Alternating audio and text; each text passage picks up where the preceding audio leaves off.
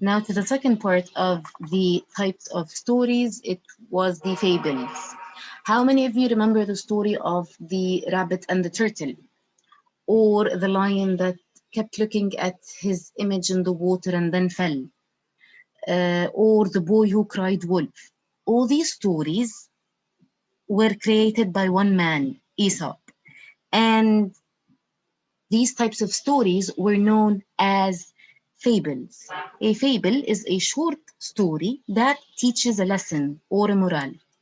These stories are often funny, and the characters in the fables are always animals, but they speak and they act like people.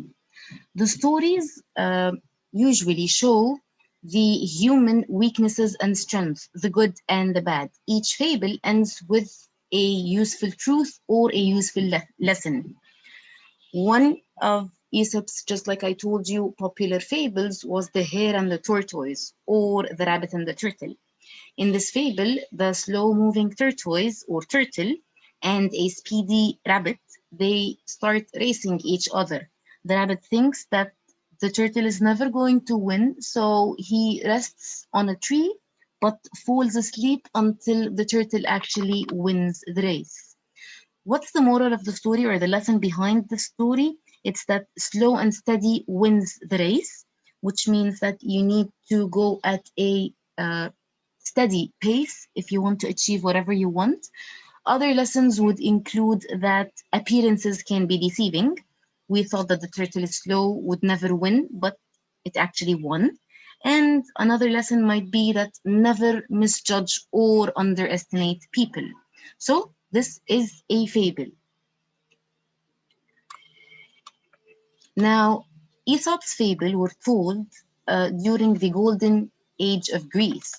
During this period, art, philosophy, architecture, and literature flourished. And as I told you earlier, these stories were passed on from one generation to the other as a type of oral traditions.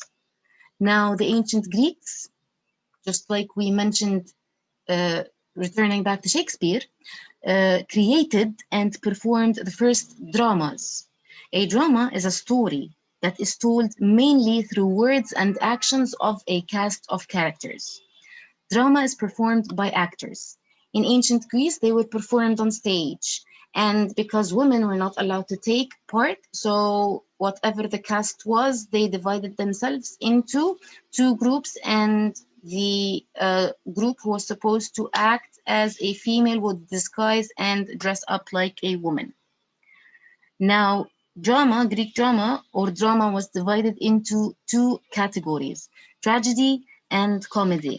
Tragedy, uh, what happens in a tragedy is that the main character struggles to overcome the hardships but does not succeed. It's a story that has a tragic or unhappy ending. The uh, earliest or the first Greek plays that were developed or made up were tragedies, and later on, another type of drama was uh, created, which was known as a comedy. A comedy is a story that ends happily and it's filled with humor. Now, you need to know the names of the Greek dramatists or writers: Aeschylus, Sophocles, Euripides, and Aristophanes. These four dramatists, they wrote the most famous plays during the golden age of Greece. You also need to know what plays did they write. Aeschylus was the earliest Greek dramatist. He was the first, and he made a set of three plays called the Orestia. It talks about a Greek king who returns from the Trojan War, and a lot of troubles happened to his family. So he starts to get revenge back for his family. It shows how one evil action can lead to the other, and the play ends tragically with good winning over the evil in the end. Now, Sophocles was a great Athenian writer. Uh, he his play was called Antigone. Another dramatist was Euripides. Unlike Aeschylus and Sophocles, he wrote about normal human beings in realistic situations. And finally, Aristophanes, his work was mainly comedy. It was about fun and laughter. It included also jokes. Now Greek drama started developing, and it was performed not only as plays but also as a part of religious festivals, and this was a way to show loyalty to the city states.